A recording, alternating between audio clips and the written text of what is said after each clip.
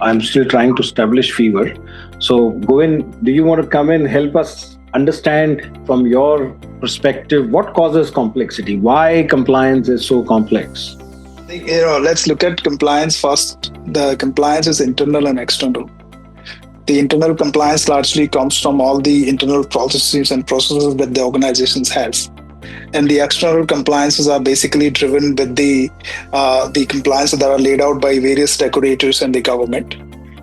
I think the differentiator, as Puneet rightly had highlighted, is any organization. If you compare the two, the compliance becomes the differentiator among them, and it is a job of everybody who's working in the organization.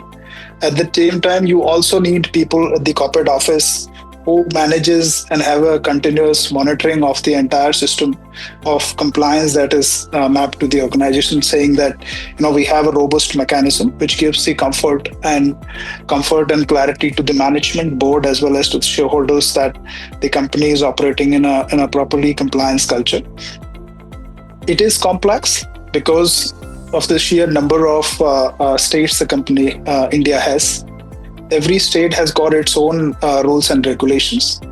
The number of changes that happens and the amendment that happens across India, it's quite huge in a year. I mean, you rightly identified some of the numbers in the beginning of the session, including the legislations and the number of times the imprisonment and the fines have been repeated across the legislations. That talks about the complexity and the scale of the compliances that are applicable in India. And they are added up and supported and even made more complex with the amendments that keep happening. If I give you an example of our organization, I think we have more than 100 plus locations across India in all states and union territories.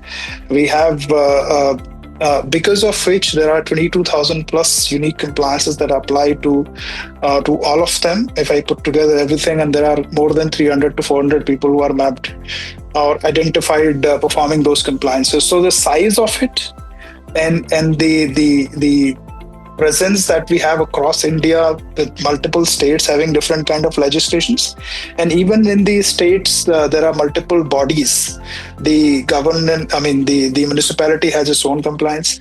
The state government has its own compliance. Then there are multiple regulators that draw out multiple licenses and approvals that trigger in multiple compliances. So the complexity is growing every day.